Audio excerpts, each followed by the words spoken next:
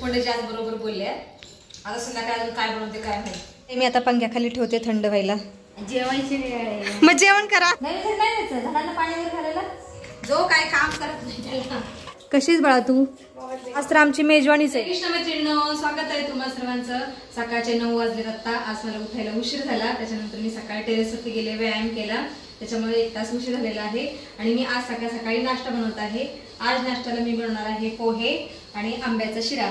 एका ताईंची कमेंट आली होती की ताई तुम्ही मँगो शिरा कसं बनवतो त्याची रेसिपी दाखवा. म्हणलं ठीक आहे. एक आंबा पण होता माझ्याकडे. मी जसा मँगो शिरा बनवते त्याची रेसिपी आज मी तुम्हाला दाखवते. खूप सोपा आहे मँगो शिरा बनवणे. या मिक्सरच्या भांड्यामध्ये मँगोचा गर टाकलेला आहे. आता हा बारीक वाटून घ्यायचा अगोदर. आंब्याचा गर छान वाटलेला आहे मी. आता हा याच्यामध्येच राहू देते. आणि इथं गॅसवरती मी कढई ठेवलेली आहे. आता कढईमध्ये तूप आणि रवा टाकायचा. हे आहे गिरगाईचं तूप. कसं पिवळं जरत आहे. एकदम रवाळ तूप आहे. आणि हे तूप आम्हाला मिळालेलं आहे 800 रुपयाचं अर्धा किलो. ज्यांच्याकडून आम्ही दूध घेतो त्यांच्याकडूनच हे तूप घेतलेलं आहे.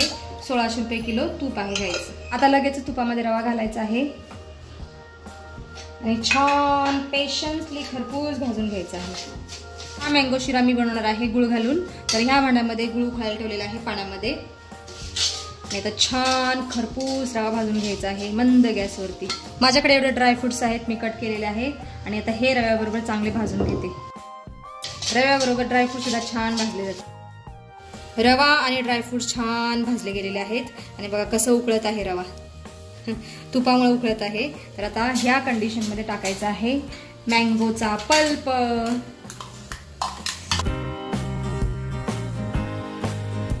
मँगोचा रस पण टाकून झालेला आहे. आता छान परतून घ्यायचा आहे. मँगोचा पल्प, रवा, ड्रायफ्रूट छान मिक्स करून घ्यायचा आहे. बघा कसं उपम्यासारखं दिसत आहे पिवळं. आत्ताच एवढा छान दिसत आहे की खावंसं वाटत आहे. आता थोडंसं मीठ घालायचं. शिरा थोडंसं मीठ घातल्यानंतर खूप छान लागतो चवीला. पुन्हा छान मिक्स करून घ्यायचं आहे. आता याच्यामध्ये गुळाचं पाणी घालायचं. गरम पाणी आहे गुळाचं. वा भाई वा वा वा वा. पुन्हा छान मिक्स करून घ्यायचं पाण्यामध्ये रवा. बघा टेक्स्चर तुम्ही पाहू शकता किती सुंदर दिसत आहे. फक्त 2 मिनिटे शिऱ्यावरती झाकायचं आहे. आता 2 मिनिटे झालेले आहेत. शिऱ्याला पाहूया. वा भाई वा वा वा. शिरा छान शिजला गेलेला आहे. गॅस बंद करते अगोदर. पुन्हा एकदा छान मिक्स करून घ्यायचं आहे. गूळ, आंब्याचा गर आणि रवा याच्यापासून बनलेला पौष्टिक शिरा तयार आहे. अगोदर नैवेद्य देते देवांना. पूर्णमादाय पूर्णमेवावशिष्यते. मोठेजी स्वादिष्ट आणि पौष्टिक मँगो शिरा अगोदर भगवंतांना. थंड होते जरा 2 मिनिटं.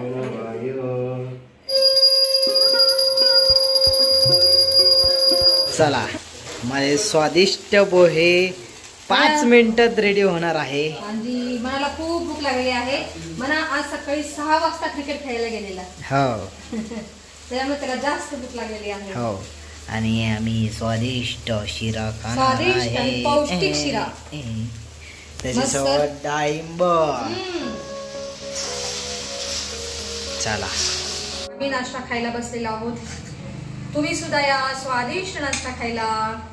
पौष्टिक असा शिरा, पौष्टिक पोहे आणि पहिलं प्लेट जात आहे जो काय काम करत नाही त्याला.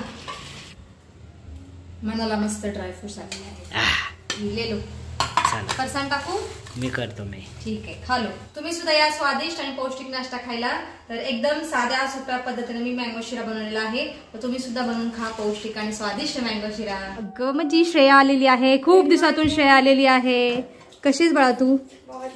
श्रेया गावाला गेलेली. श्रेयाने काय आणलं आज? तर आमची मेजवानीच आहे. हे बघा एवढे मोठे उडीद वडे आणि सांबर. आणि याच्यात काय? याच्यात पण सांबर आहे.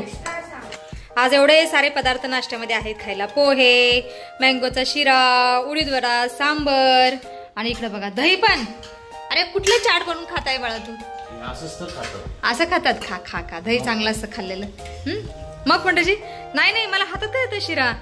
नाही मेरे लिए हे नाहीत ना माझ्यासाठी.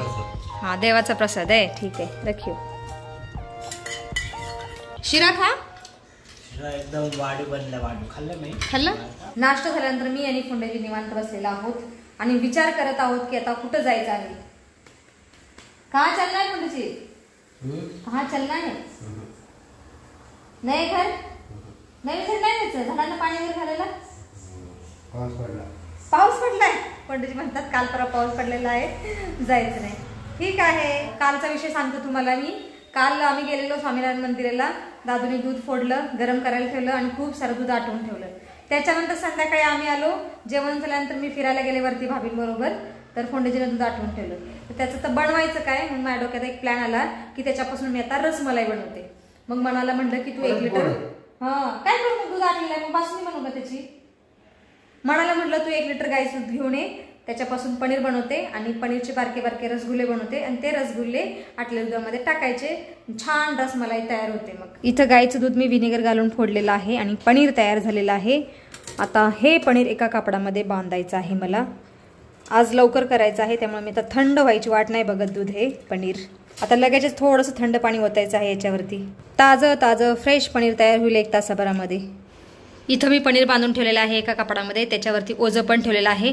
1 तासामध्ये ताजं पनीर तयार होईल. पनीर तयार होतं तोपर्यंत माझ्या घरातली थोडीशी कामं राहिलेली आहेत, ती मी संपवते. त्याच्यानंतर रसमलाई बनवायला घेते. फोंडेजींचे कपडे ठेवून देते कपाटामध्ये. फोंडेजी कधी स्वतःचे कपडे ठेवत नाहीत, मीच नेहमी त्यांचे कपडे घड्या घालून ठेवत असते. आता कपडे मशीनीला धुवायला देते. आमच्या घरी आत्या आलेले आहेत. या या या या असू द्या, या चहा पाणी घ्या. जेवायची वेळ आहे, मग जेवण करा. जेवण काय आज काय झालं माहिती का, आज नाश्ता भरपूर झालेला आहे त्यामुळे जेवण नाही आज. बघा मी तुम्हाला रसमलाई मिळेल, थोड्या वेळ रसमलाई बनवणार आहे. नाही भाऊजाई अशा आहेत की ज्या फक्त गरजेपुरतेच गोड बोलतात आणि मग नंतर स्वयंपाक मी येणार तर स्वयंपाक नाही केला. रसमलाई मिळेल खायला. कशासाठी बनवू ना, चहा बनवू. या पुन्हा आत्या, निवांत या. Bye bye bye bye. चला, ह्या गाठोड्यामध्ये पनीर तयार झालेलं आहे. आता ताटामध्ये काढते पनीर. हे बघा किती छान घट्ट पनीर तयार झालेलं आहे. याच्यामधलं सगळं पाणी निघून गेलेलं आहे. चला आता हे छान मळायचं. एवढं मळायचं की एकदम स्पॉन्जी झालं पाहिजे, कापसासारखं. हे बघा आता घट्ट झालेलं आहे, खूप मळावं लागणार आहे. हे पनीर मळायच्या अगोदर मी पाक बनवून घेणार आहे रसगुल्ल्याचा. रसगुल्ल्याचा पाक बनवण्यासाठी मी इथं घेत आहे 1 वाटी साखर आणि 3 वाट्या पाणी घ्यायचं आहे. चला आता हे पाणी गरम करायला ठेवायचं आहे आणि चांगलं उकळून घ्यायचं आहे. उकळल्यानंतर रसगुल्ले बनवायचे बारीक बारीक आणि ह्याच्यामध्ये सोडायचे आणि 5 ते 10 मिनिटं छान उकळून घ्यायचे. आणि इकडं मी आटलेलं दूध सुद्धा आता उकळायला ठेवलेलं आहे. चला आता छान पनीर मळून घ्यायचं आहे. फक्त मळतानाच कष्ट आहे पनीर, नाहीतर काय नाही. 1 नंबर लागतात रसगुल्ले रसमलाई खायला. एकदम सॉफ्ट मळावं लागतं, एक सुद्धा गाठ लम्स राहिलं नाही पाहिजे, तरच रसगुल्ले छान बनतात. हे बघा एकदम हार्ड पनीरचं मी आता सॉफ्ट पनीर बनवलेलं आहे. किती सॉफ्ट झालेलं आहे. चला आता द्राक्षाच्या आकारचे छोटे छोटे पनीरचे गोळे बनवायचे आहेत. एकदम छोटे छोटे बनवायचे. आता एक टेस्ट करायची आहे.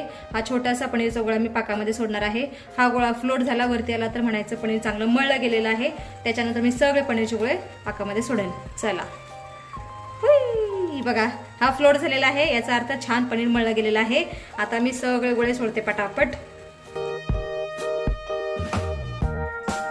सगळे पनीरचे गोळे मी पाकामध्ये सोडलेले आहेत. आता 5 मिनिटं पाकामध्ये चांगले उकळून घ्यायचे आहेत पनीरचे गोळे मीडियम आचवरती. 5 मिनिटे झालेले आहेत. आता रसगुल्ले पाहूया. ढॅन. हे बघा खूप छान शिजलेले आहेत. आता मी गॅस बंद करते. आता याच्यातले रसगुल्ले मी काय करणार आहे, इकडच्या आटलेल्या दुधामध्ये सोडणार आहे, म्हणजे याच्यामध्ये 5 मिनिटं उकळे जातील. चलो, वा भाई वा वा, खूप सुंदर दिसत आहेत आणि आत्ताच तोंडाला पाणी सुटलेलं आहे. मस्तच. थोडेसे रसगुल्ले या पाण्यामध्येच राहू देते मी. इकडच्या रसगुल्ल्यामध्ये मी 2-3 थेंब रोज इसेन्स घालत आहे. रोज इसेन्सने छान फ्लेवर येतो. खूप थोडंसं घालायचं आहे. रसगुल्ले म्हणा, रसमलाई म्हणा, चमचम म्हणा, हे सगळे दुधाचे पदार्थ खूप महाग विकले जातात स्वीटच्या दुकानात. तर आता याच्यामध्ये 5 मिनिटं उकळू देते, त्याच्यानंतर गॅस बंद करते चलो 5 मिनिटे झालेले आहेत. आता रसगुल्ले बघूया. रसमलाई, वा भाई वा वा वा, छान उकळलेले आहे रसमलाई. आणि याला अंगूर रबडी सुद्धा बोलतात.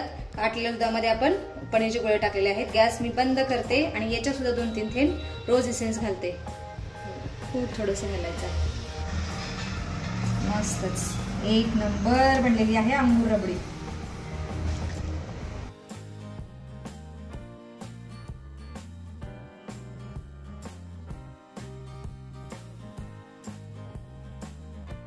माझ्याकडे केशर आहे तर थोडंसं केशर मी अंगूर रबडीमध्ये घालत आहे, रसमलाईमध्ये घालत आहे. रसमलाई मी आता पंख्याखाली ठेवते थंड व्हायला.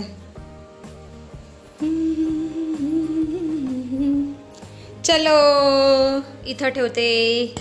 आता आमच्या घरातले सगळे मेंबर बसलेले आहेत रसमलाई खाण्यासाठी. टपून बसले. टपून ऐसा तो है. मस्त मस्त स्वादिष्ट रसमलाई. चुकून आटलेल्या दुधापासून मी एवढी स्वादिष्ट रसमलाई बनवली आहे. आणि याला अंगूर रबडी किंवा रसमलाई पण म्हणतात.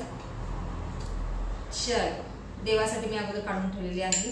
आज आमची दुसरी मेजवानी आहे. सकाळी एक मेजवानी झाली ज्याच्यामध्ये आम्ही पोहे, मँगो शिरा, उडीद वडे, सांबर हे खाल्लेलं.